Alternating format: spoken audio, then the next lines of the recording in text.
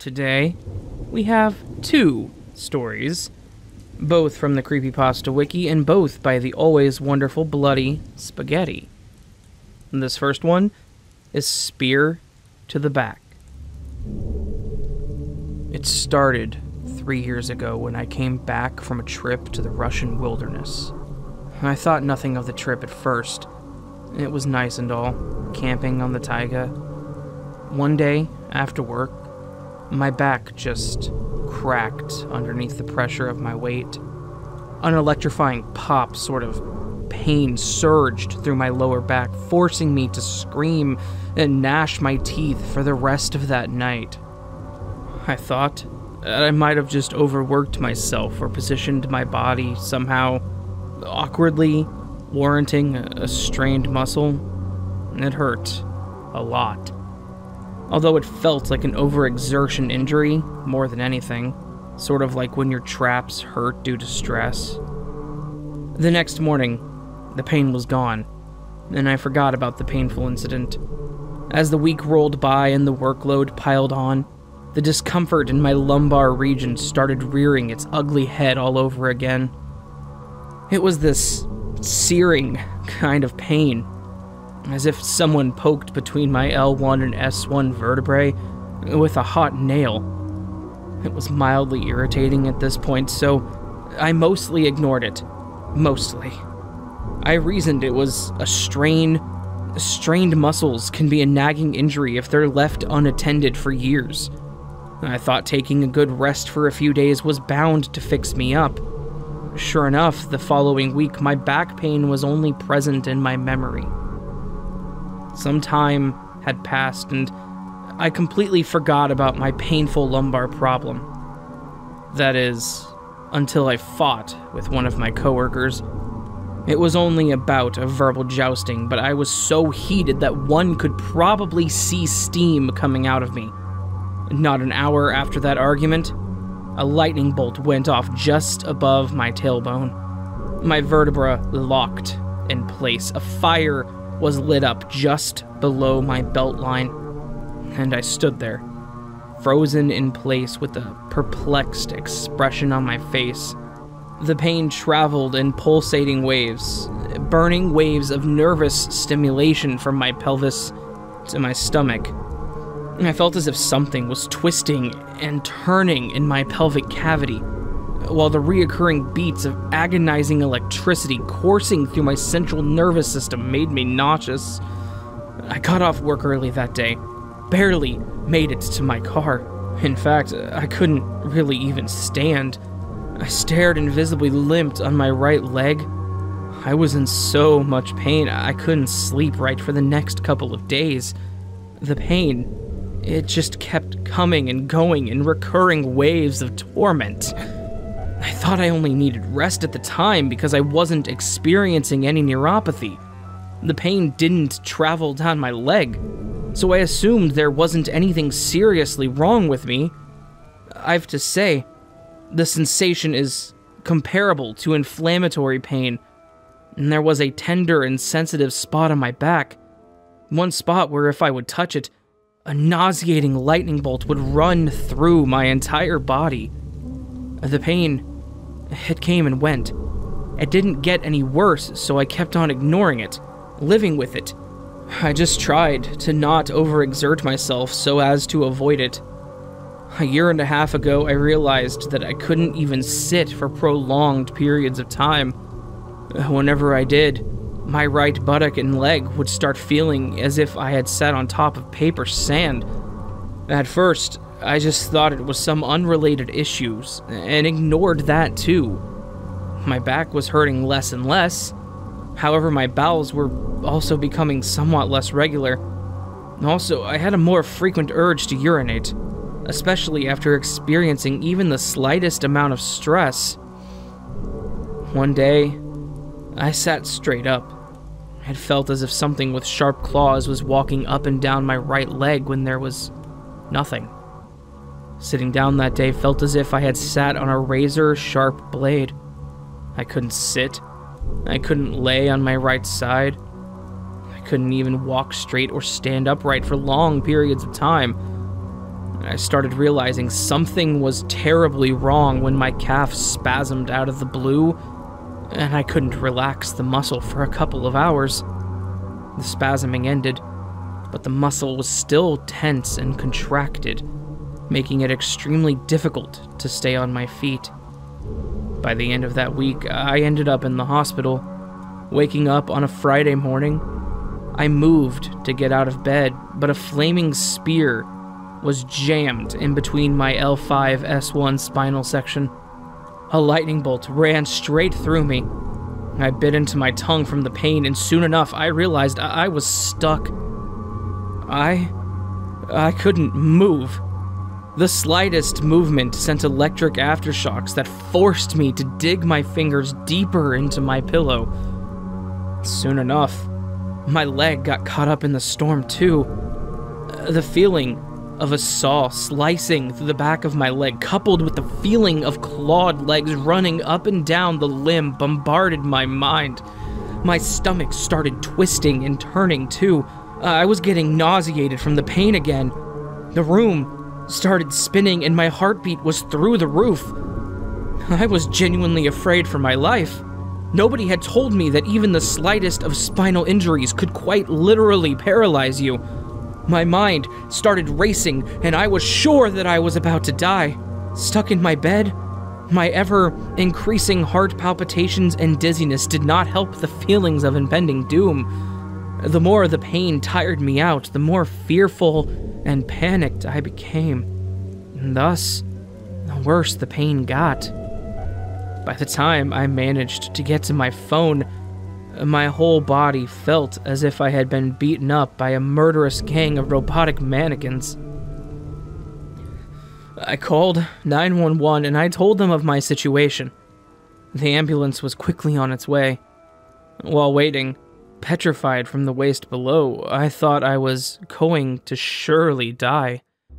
Probably in the hands of an angel in a medic's uniform. The fact that my ribcage felt as if it was about to explode as a result of my accelerated heartbeat didn't help. When the medics arrived, my head felt heavy from the stress and I could barely speak due to all the pain. Needless to say, I made it safely to the hospital. I was fortunate enough, or rather unfortunate enough, to be temporarily paralyzed from the waist down. That landed me a spot in emergency care. I was administered some strong painkillers, but those didn't help too much. I still felt as if I was being impaled through the back, but the feeling in my leg was slowly returning. The feeling of your legs turning wooden is definitely a scary one. They did a bunch of screening and imaging on my back. Turns out, there was a tumor in my spine. Emergency surgery as a result of my condition ensued. A few hours later, the doctor had never seen anything like that before. I was told it had caught them by surprise. The doctors and me both. What I had? Well, it wasn't a spinal tumor. Apparently, after opening up deep enough, they had found some sort of spider nested over an egg sac on top of my invertebral discs. It was causing a compression of the spinal canal and the sciatic nerve. A dim sense of dread washed over me, followed by a slight sense of heartburn as when I was informed of the source of my agonizing trouble. In my mind, I was screaming profanities, but externally I remained calm. Good thing I was under the influence of painkillers. But if I were to be completely honest, I think the surgeons may have missed an egg or something. I was fine for over a year, however. My back, it has flared up again, and I felt sick when something akin to sharp claws started moving down the back of my thigh.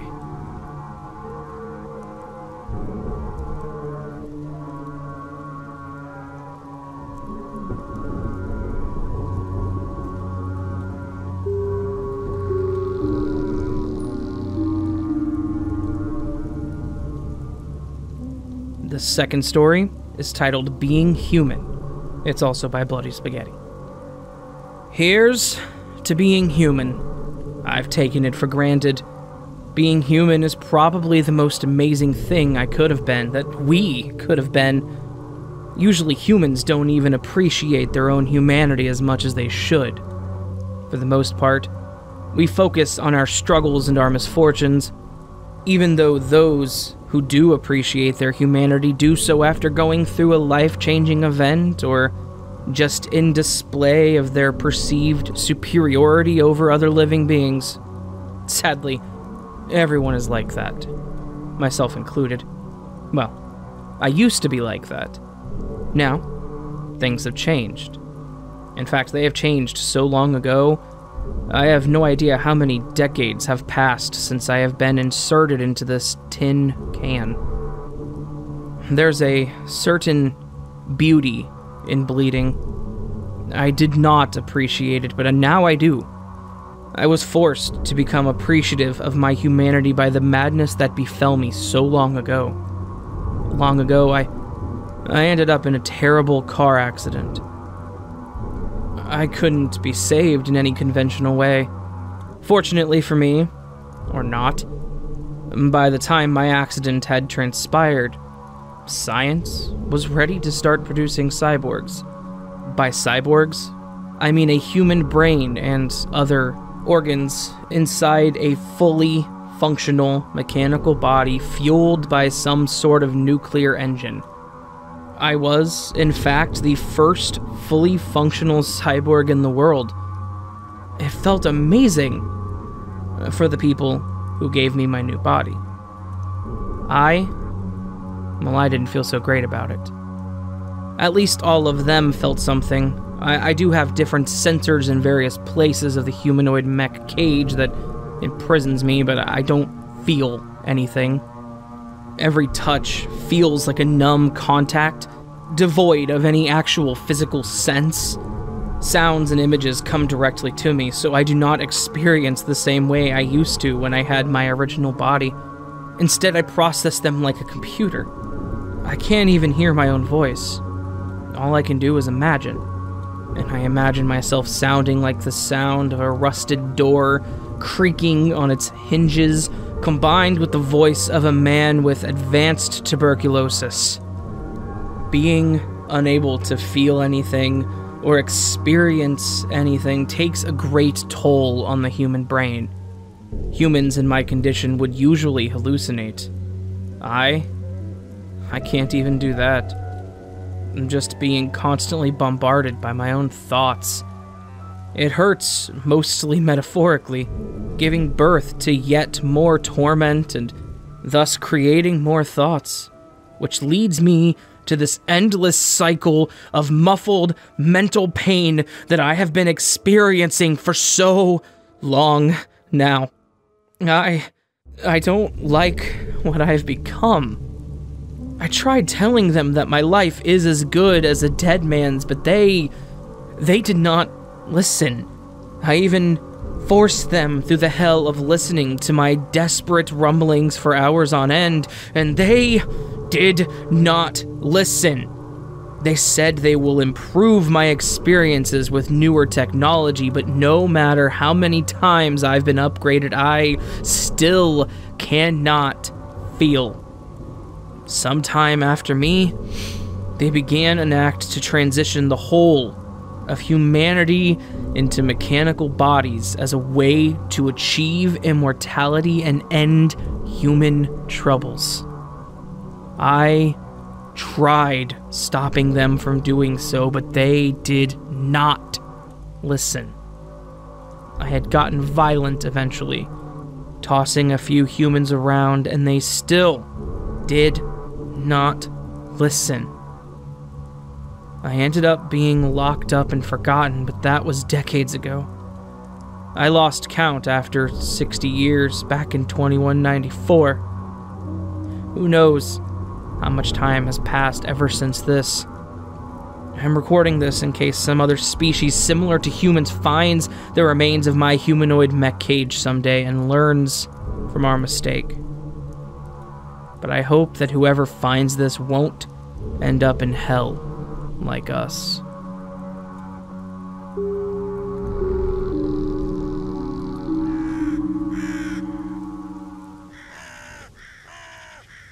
May we get a round of applause for the always wonderful Bloody Spaghetti. Both of these stories were fantastic, as always. That name may sound somewhat familiar to you. I've actually narrated 2 of his stories, maybe more, but I know of 2 for a fact. The Near Delirium Ritual, which was also titled Do You Suffer from Crippling Insomnia, way back, and Dead Man's Canvas, both of which were fantastic tales. Near Delirium probably has to be my favorite just because of how well that was written. And way back, I think that was the longest story I had done at the time. Not true anymore, unfortunately, but it was still a terrifying story. Very well written. Both of these were really good. Being Human, nice little sci-fi story. Love it. Spirit of the Back, really good real-life style horror story with a touch of arachnophobia in there, of course. Yeah. Both of these great, and I hope you guys all enjoyed them. If you did enjoy them and would like more stories like this, or more stories that aren't like this, maybe you want lovey-dovey stories involving penguins and panda bears, maybe I can give that to you. I won't, but maybe. You never know. You just gotta subscribe. You gotta hit the subscribe button and the bell icon, and then, like, follow me on all my social medias. And then maybe if you want to, support me on Ko-fi, Patreon, any of those, or buy some merch. It's all up to you. It's all up to you. It's on you. You specifically. Yeah, you. I know you're listening like, wait, he's talking to me? Yeah, he's talking to you. You, specifically. You. Yes, you. I'm gonna stop this nonsense. Alright, guys. Have a fantastic day. See you in the next video. Much love, and until then, sleep well.